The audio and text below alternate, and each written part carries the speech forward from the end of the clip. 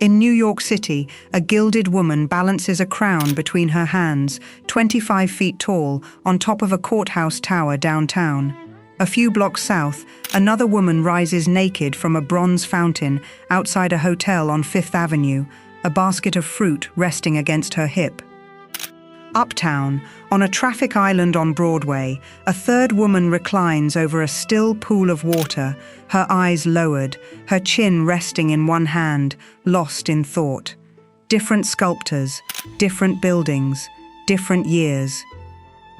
Almost certainly the same face, repeated across the city so many times that most people who pass beneath her never once ask who she was. That face belonged, most of it, to a woman named Audrey Munson.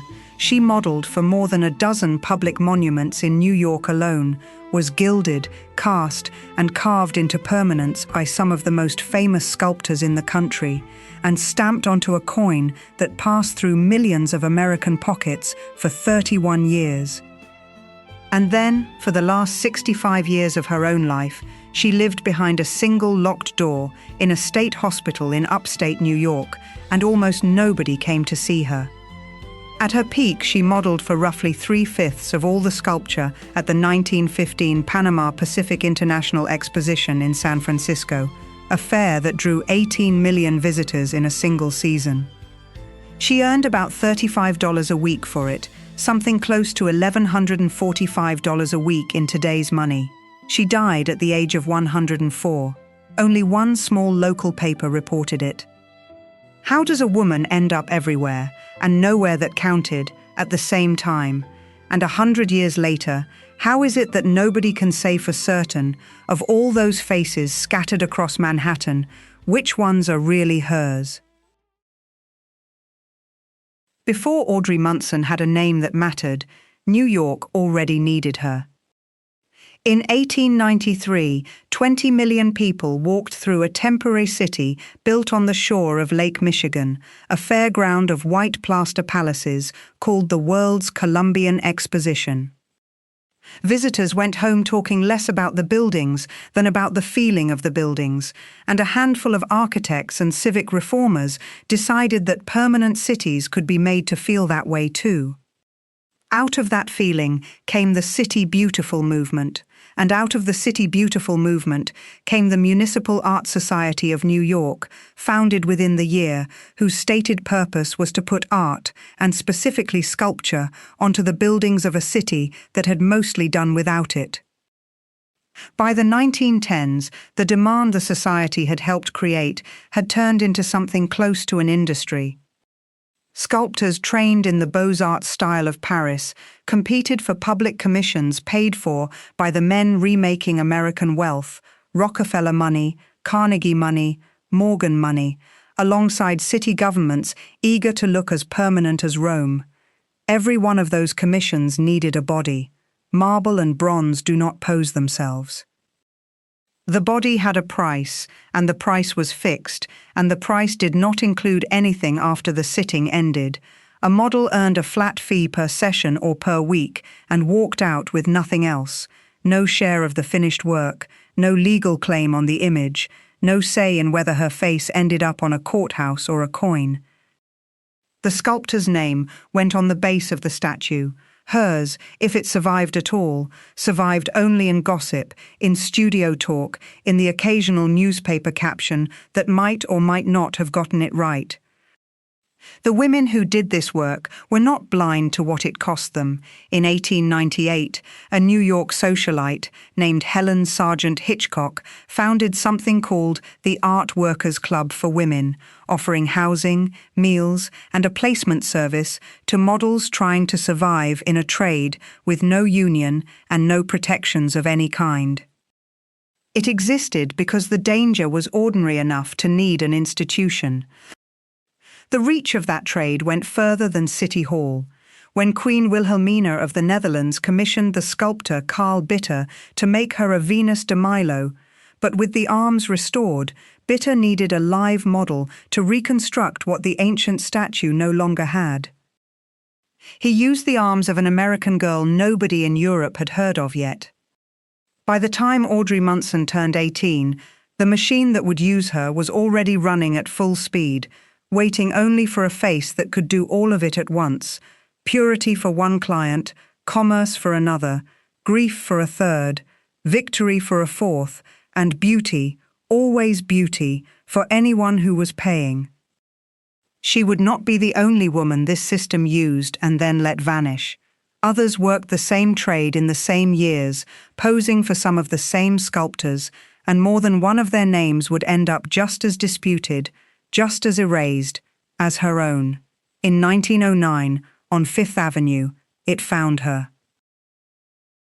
She was 18, walking beside her mother, looking at hats in a shop window she could not afford, when a man approached and asked if she would sit for a photograph.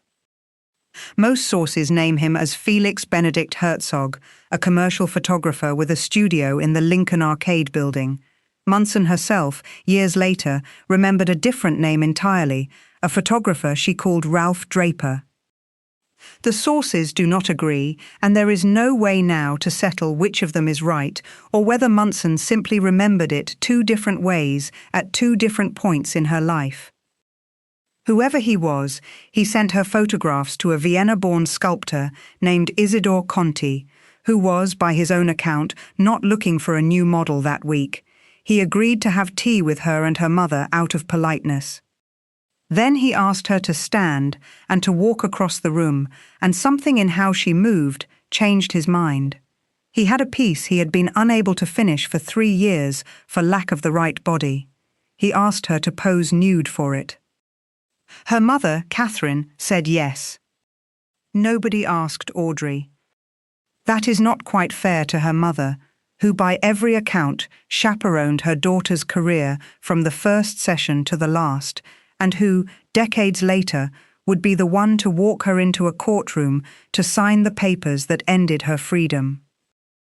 But at 18, in a Manhattan studio, the decision belonged to a woman other than the one whose body was under discussion. Munson later called the finished statue, Three Graces, a souvenir of her mother's consent. It went up in the grand ballroom of the Hotel Astor in September of 1909, in a building that came down decades ago, taking the ballroom with it. Nobody today knows where the statue itself ended up. She would tell one more story from those early years, over and over, in interviews and in a magazine column written when her fortunes had already started to turn.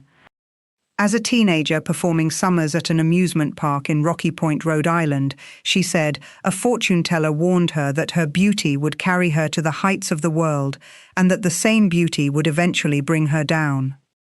Nobody but Munson herself ever told this story, and no third party ever confirmed a word of it.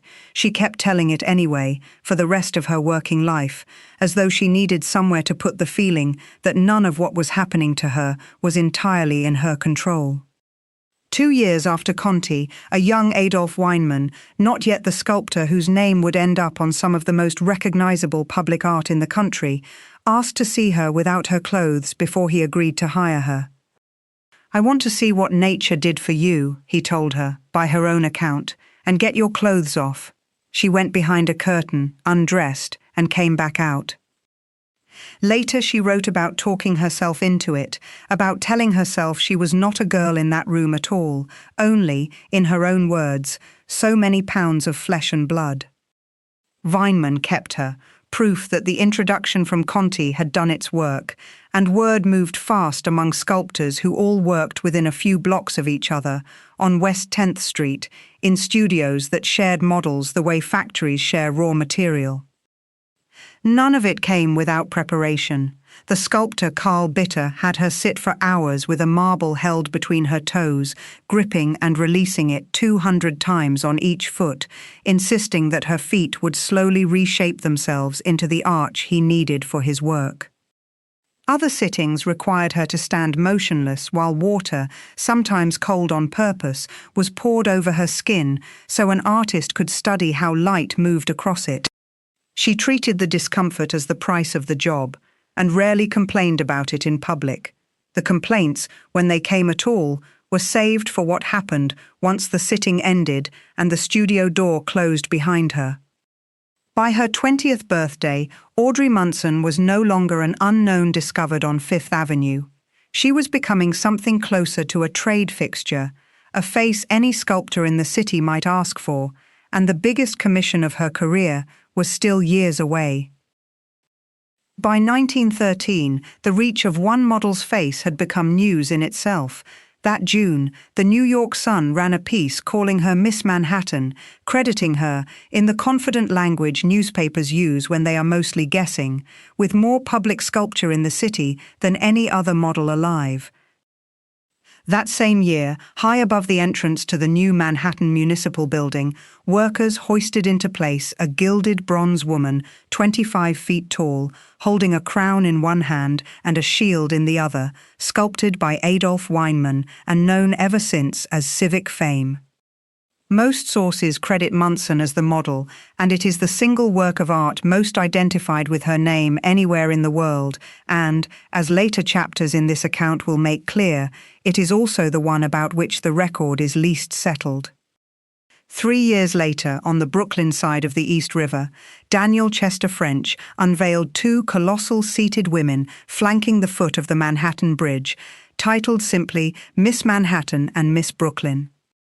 Above the arch at the Manhattan end, another figure from the same commission, the Spirit of Commerce, watched traffic pass beneath it.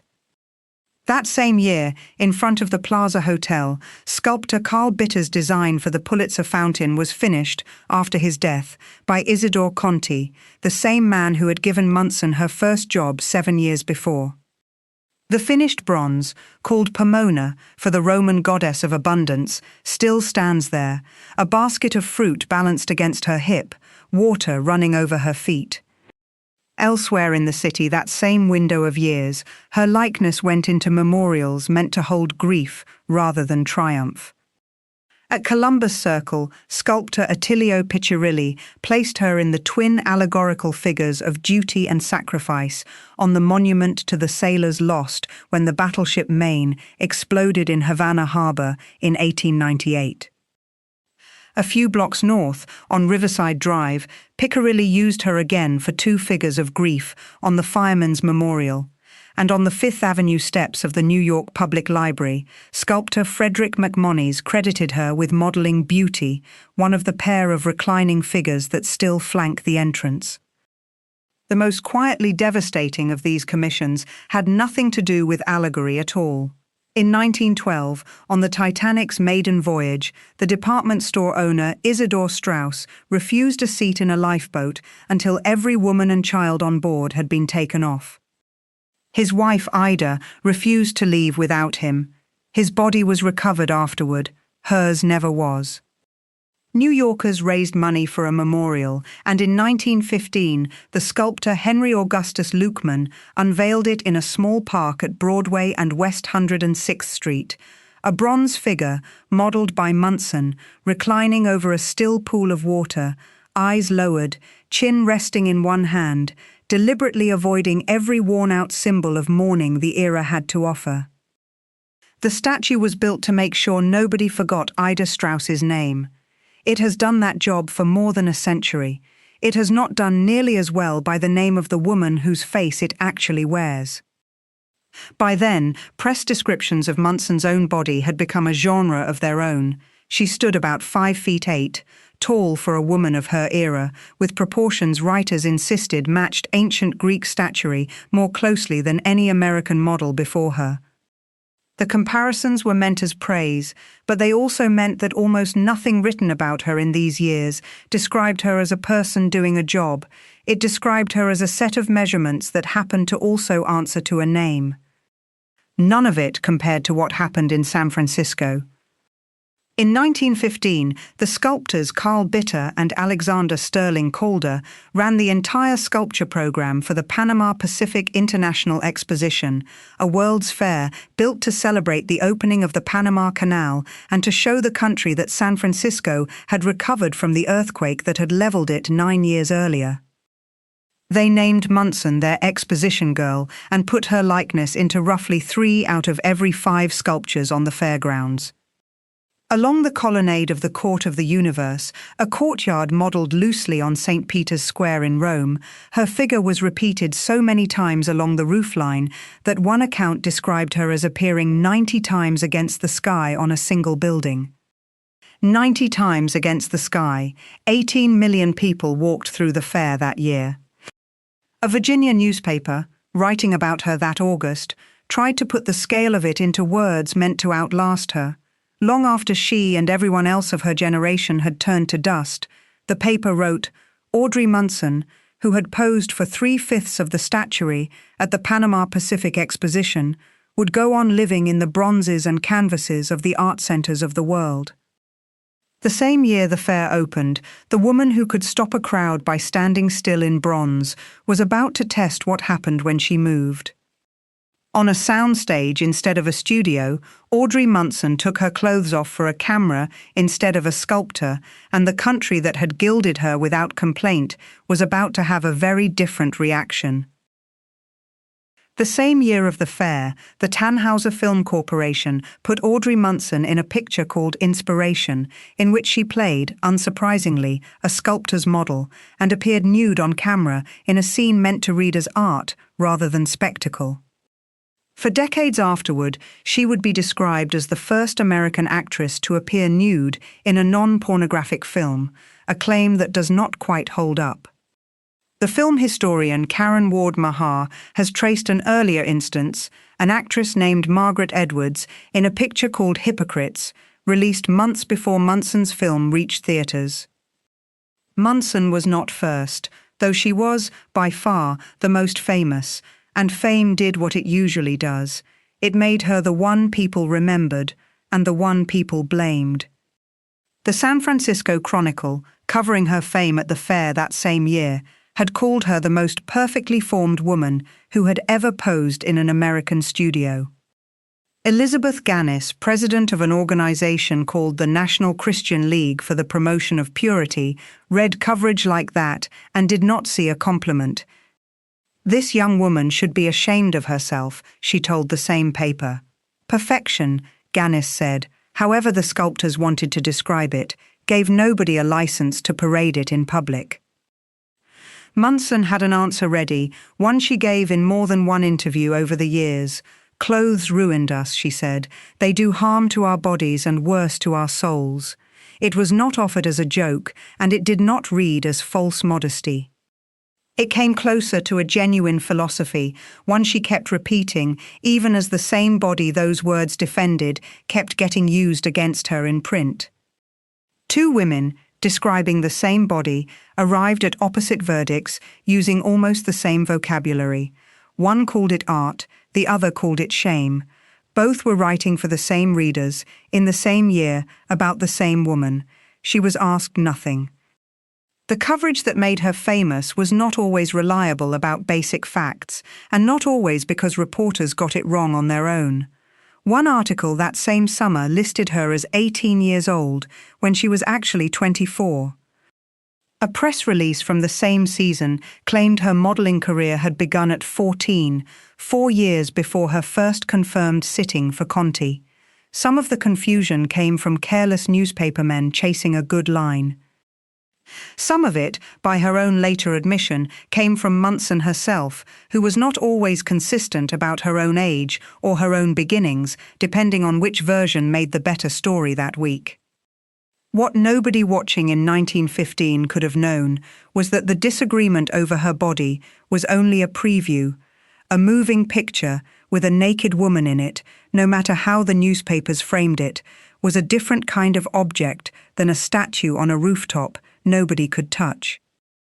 Statues did not get banned the way film reels could, and the following year, in the capital of the country that had spent a decade gilding her, someone with the legal power to stop a picture from opening was about to do exactly that, without ever having seen it.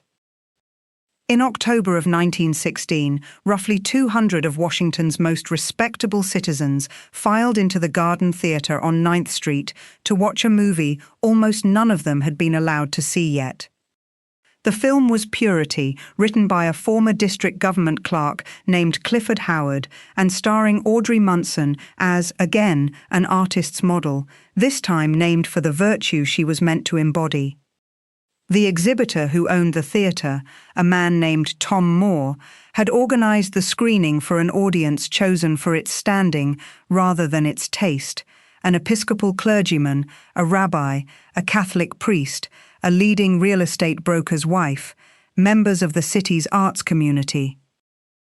Moore wanted them to see the film and, ideally, to defend it, because a district commissioner named Louis Brownlow had already banned Purity from Washington screens without watching a single frame of it. Brownlow sent a subordinate, an insurance commissioner named Charles Nesbitt, to the special screening in his place. Brownlow himself never saw the picture he had banned. He banned it unseen. The film's original Washington premiere had in fact been planned for a different, newly renovated theatre, its lobby floored in imported marble, with a 20-piece house orchestra rehearsing a specially arranged score for the occasion. That planned opening never took place. Days before it was due to begin, Brownlow's office announced that public nudity, whether on a stage or on a screen, would not be permitted in the district at all. The story itself was almost aggressively wholesome, a poet too poor to publish his own work, and the woman who quietly modelled nude to pay the printing costs without ever telling him where the money had come from. Whatever the plot's actual merits, nobody rioting over the picture in Washington that October seemed especially interested in it. Howard did not accept the ban quietly. He wired a public statement to the Washington Times, arguing that a police force willing to wave through pictures built around crime and human ugliness had no business lecturing anyone about reproductions of the world's great art. He grounded his defense in a line borrowed from Scripture. "To the pure," he wrote, "all things are pure." A jury of policemen calling the nude immoral, Howard added, said more about the policeman than about the art. New York handled the film differently, and more quietly. The city's commissioner of licenses delayed its opening at the Liberty Theatre by 5 days, but let it play once the delay had made its point. None of the city's newspapers condemned the nudity in severe terms. Variety's reviewer, with a dryness that has aged surprisingly well, sat through the whole picture and put a number on it. 18 separate moments of exposed skin, by his count, spaced out no more often than an ordinary woman might be glimpsed stepping into her own bath. The New York Times took the film itself less kindly, judging that Munson's figure had been used thoroughly to prop up a story with little else to recommend it. According to the trade paper Motography, Purity outdrew The Birth of a Nation at some theaters that summer regardless. She had, in other words, made a film that outsold one of the most successful pictures in American history, while a sitting city commissioner refused even to watch it before deciding it should not be seen. Both things were true in the same season. Neither one protected her from what was still 3 years away. By then, Audrey Munson had learned something about the country she had spent a decade decorating. It would gild her on a rooftop, argue about her in a movie theatre lobby, and quote scripture in her defense. What it would not do, when the moment finally came that she needed defending for something that was not even about a statue or a film, was show up. By late 1918, Audrey Munson and her mother were renting rooms in a boarding house on West 65th Street, owned by a retired physician named Dr. Walter Keene Wilkins. He was around 67, by most accounts a dignified figure, with grey mutton chop whiskers, and the bearing of a man who did not attract suspicion easily. He had been married and divorced twice before his current wife Julia, 14 years his junior. Rumours moved through the building that Wilkins had become infatuated with his famous tenant. Munson later said Wilkins had once told her, without any apparent irony, never to marry, because marriage would ruin her symmetrical figure. At the time, it read as an old man's odd compliment. After February, it read like something closer to a warning about how he actually saw her. not as a woman with a life of her own, but as a shape he did not want to see changed by anyone else. In January of 1919, before any of what came next, Munson sent a rambling letter to the United States Department of State, accusing a wealthy acquaintance, Hermann Ulrichs Jr., of belonging to a pro-German network she believed had driven her out of the movie business. It is the earliest surviving document that reads, "To modern eyes, like a mind already under strain, and, in hindsight, the first thread of it." Nobody at the time treated it as anything more than an eccentric letter from a famous woman. On the night of February 27, 1919, Julia Wilkins was beaten to death with a hammer and a length of lead pipe in the driveway of the couple's summer cottage in Long Beach, on Long Island. Her husband told police that 3 robbers had ambushed them on the porch, that one had pinned him against the wall by the throat and told him, "We don't want to kill you, Pop, but we want your money," that he had heard his wife scream and then a thud, and that the men fled with $40, a watch, and a diamond stick pin. Detectives did not believe him for long, since the lead pipe and hammer, found wrapped in newspaper in the yard, had been wrapped in a page from an edition Wilkins swore he had never seen. Investigators found that same edition in the pocket of his own coat. He told police his wife's estate would pass under a will from 1903. Investigators found a later will, from 1915, in which Wilkins himself, Julia's third husband, was the primary beneficiary. Wilkins ran, and a nationwide search followed, with police wanting Munson and her mother too, not as suspects, but as witnesses who might know something about the household, and newspapers ran the request for information as though it were an accusation. One paper covering the search, That Spring leaned into the atmosphere of the empty murder house itself, noting that even the family's own pets, caged and leashed animals who had been in the room, had nothing to offer investigators. The 2 women had already left the city and were performing in Canada when the search began. Private investigators with the Burns Detective Agency eventually located them in Toronto and took statements neither woman would ever make public. Munson denied, flatly and repeatedly, having any romantic connection to her landlord. In the middle of the manhunt, an advertisement ran in American newspapers for one of Munson's own pictures. "Where's Audrey?" it asked. "Find the girl everyone's looking for in Girl o' Dreams." The studio that had built a career on her face was selling tickets off the same search that was wrecking her reputation, in real time, while the actual killer was still loose. Wilkins was arrested in New York on March 20th. He stood trial in Mineola that June, and on the 28th of June, after 22 hours of deliberation, a jury found him guilty of murder in the first degree and sentenced him to die in the electric chair. He never sat in it, since according to the official report the New York State Commission of Prisons later filed on the case, Walter Wilkins hanged himself in a bathroom of the Nassau County Jail the following day. The commission investigated for weeks and could never determine how he got the rope. The room's poorly built door, they found, left a blind spot no guard could see into, even standing right outside it.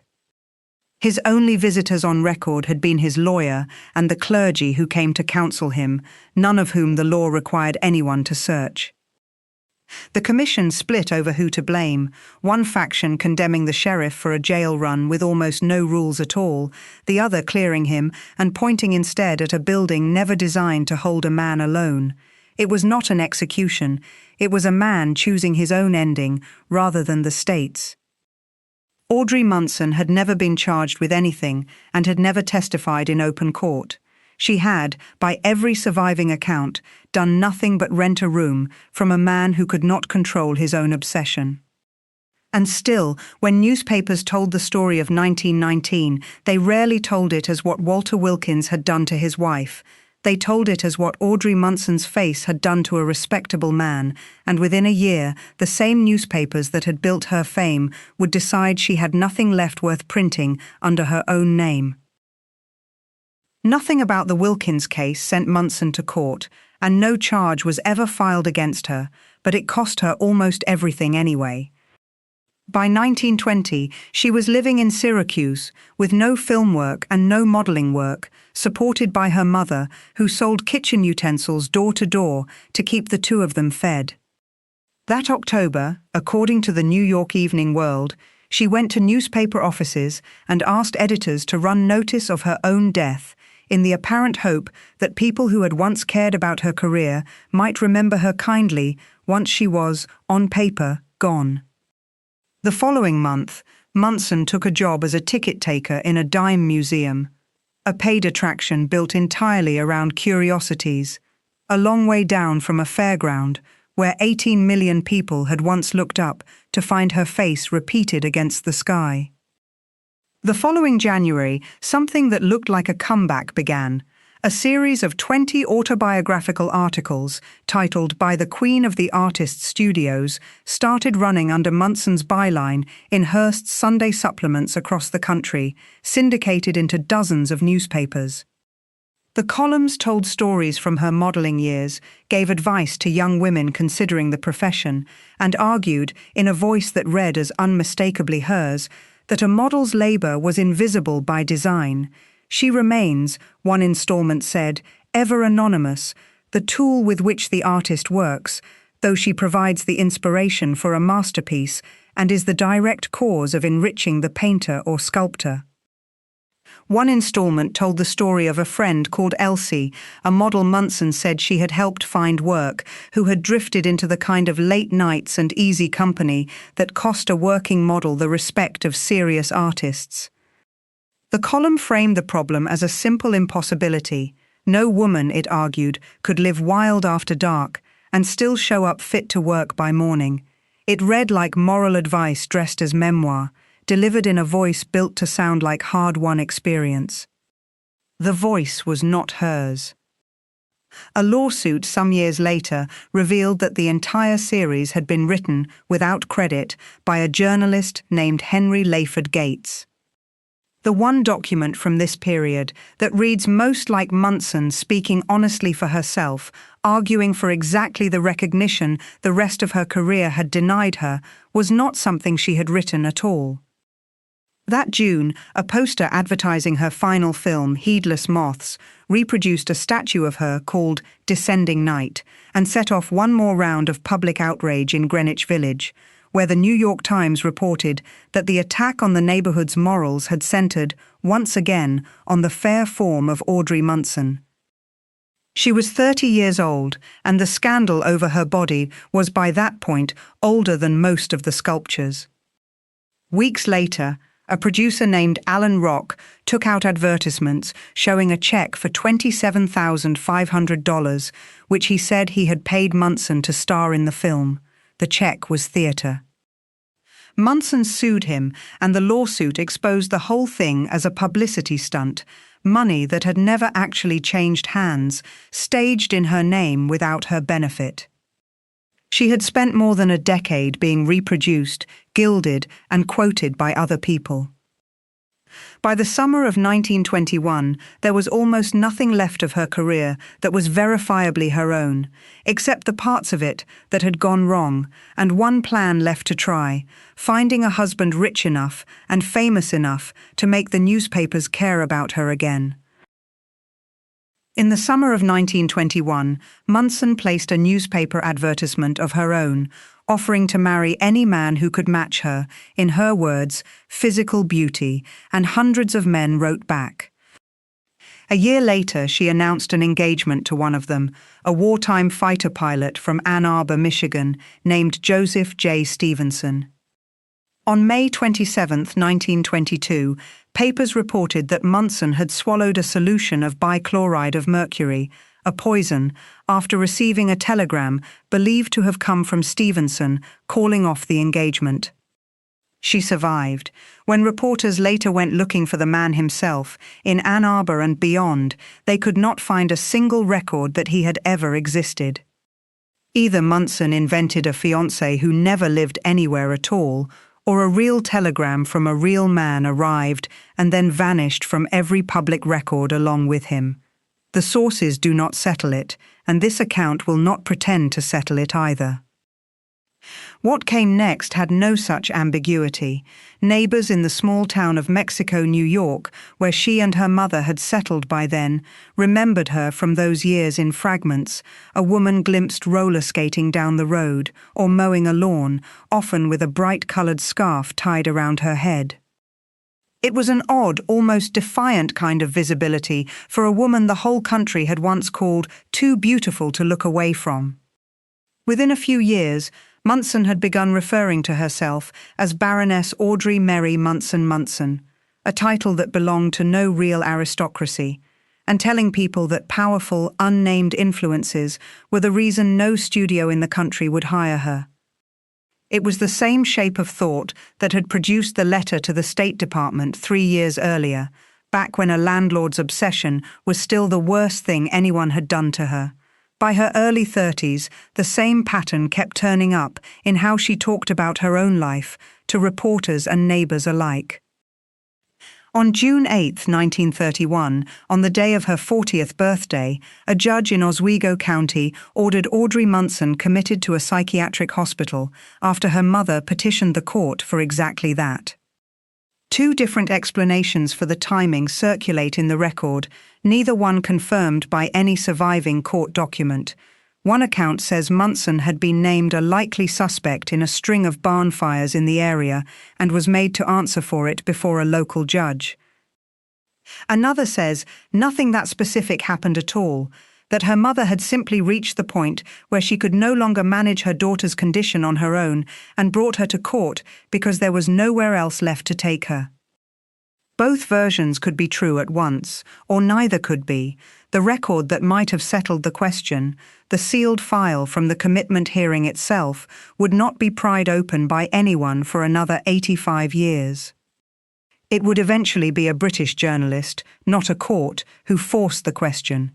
Decades later, a writer named James Bone, working on a biography of Munson, filed information requests and ultimately sued to have that sealed commitment file opened. What he found inside became the fullest account of that day that exists. It arrived far too late to help her. It arrived, at least, in time to keep the record from staying sealed forever.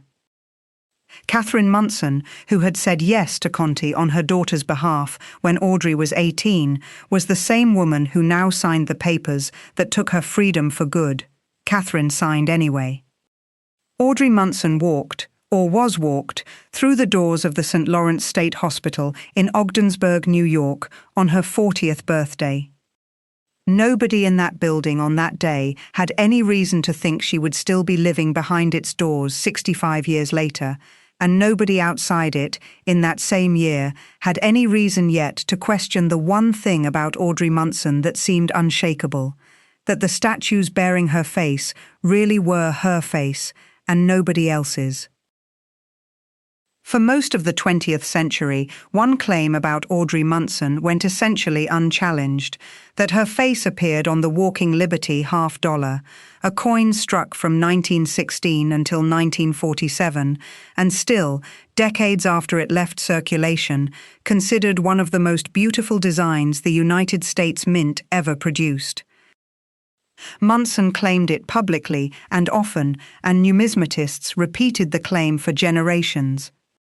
Then, in research drawing on family correspondence, a scholar named John Serio built a different case.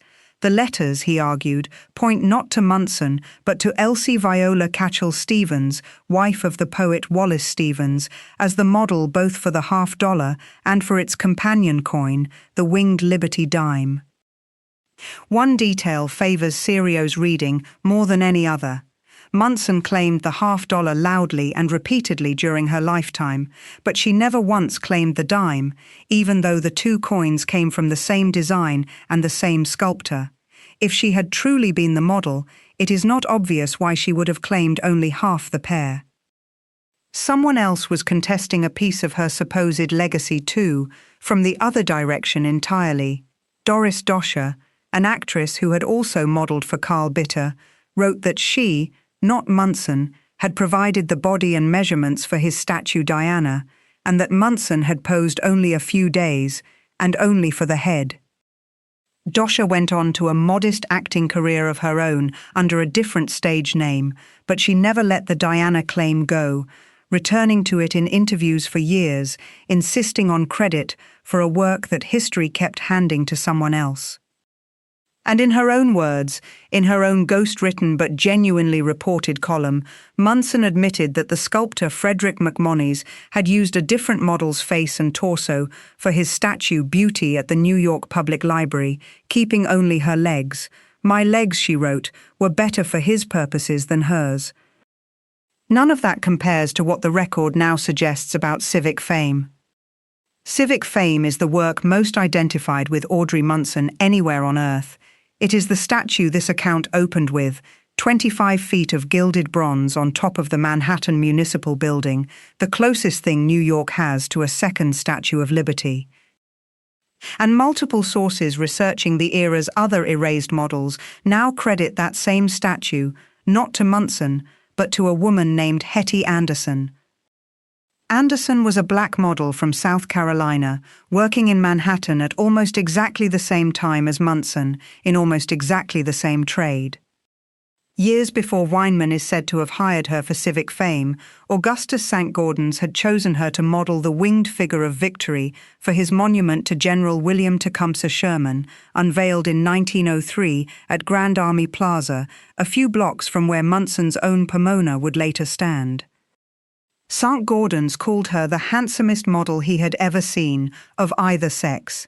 He used her again for the $20 gold coin that still bears his name, a commission President Theodore Roosevelt had pushed for personally, wanting American coinage to look less like currency and more like art. The design St. Gaudens gave him is so admired that a single surviving 1933 specimen sold at auction in 2021 for nearly $19 million, the most expensive coin in American history.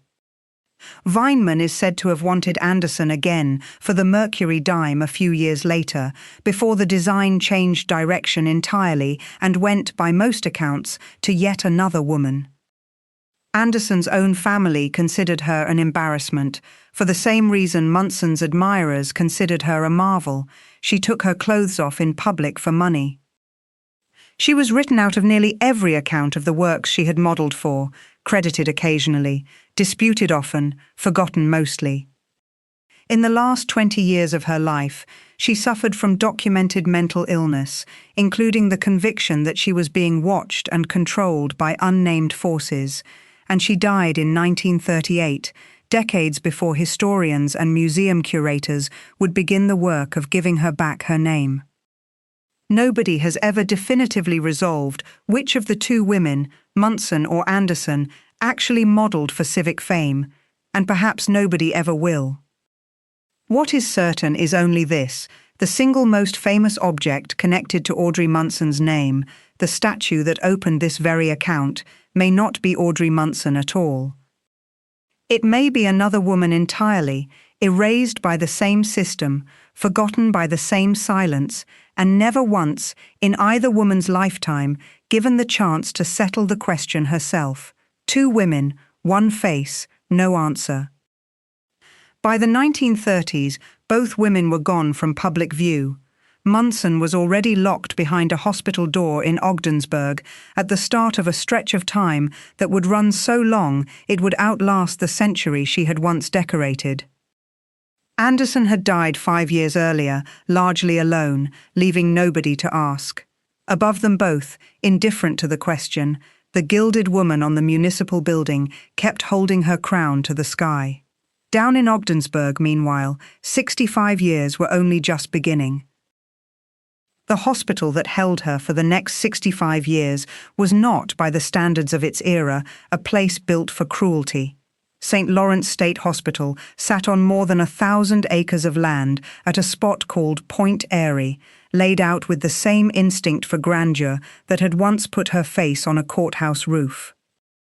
Its architecture felt closer to the great Adirondack summer camps of the era, or to one of the utopian community experiments that had taken root across western New York a century earlier, than to anything resembling a prison, a farm, a theatre, a beauty parlor, a bowling alley, all built to give the people confined there something resembling a life.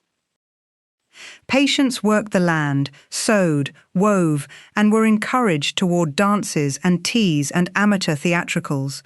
Most of them, like Munson, had not chosen to be there. Catherine Munson, who had said yes for her daughter at 18 and signed the commitment papers at 40, died in 1958. Most accounts agree that Audrey went more than 25 years after that without a single visitor, a stretch of the most photographed woman in New York City sitting inside a hospital that almost nobody in the city she had decorated thought to enter. In 1984, a woman named Darlene Bradley, a half-niece who had heard family stories about a famous relative, found her way to the hospital and found Audrey Munson still there, 93 years old. Even in the quiet decades before that, her name occasionally resurfaced in places nobody expected. A 1953 theatrical memoir by the humorist P.G. Wodehouse describes a strange afternoon years earlier when a woman he did not name knocked on his door offering decorating work and, misunderstanding a question about her price, began undressing in his front room. Wodehouse's own biographer later cautioned that his memoirs blurred fact and invention more freely than most, so the anecdote cannot be taken as verified fact.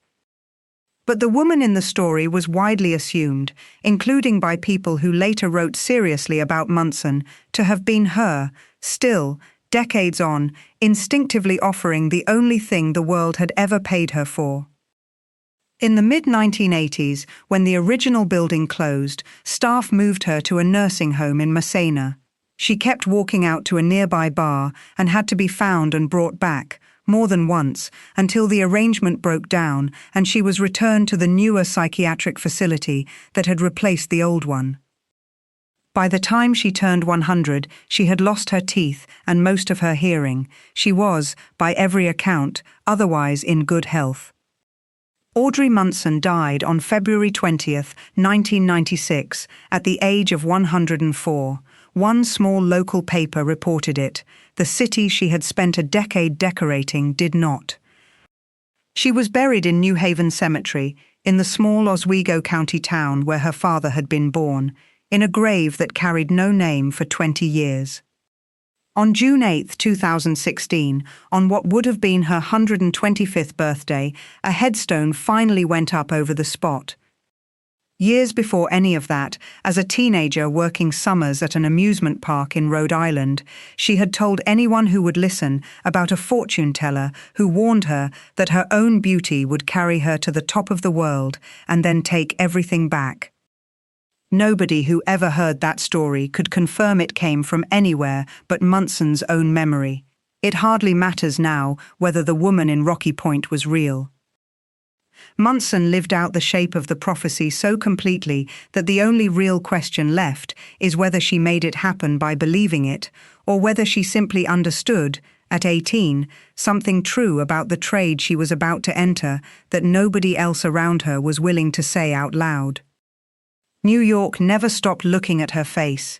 It is still up there right now, on a courthouse roof, over a fountain outside a hotel, above a quiet park bench on Broadway, cast and gilded and repeated across a city that walks beneath it every single day, without looking up.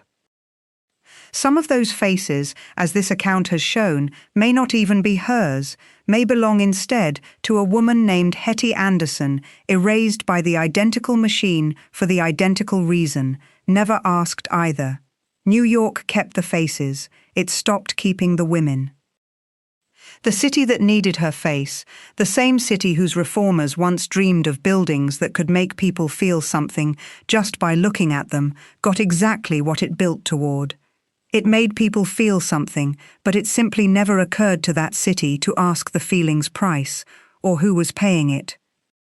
The next time any of it passes beneath a classical statue in any city, a woman holding a torch, a woman pouring water, a woman leaning on an urn with her eyes lowered, it is worth stopping for 1 second to look at the face nobody bothered to name.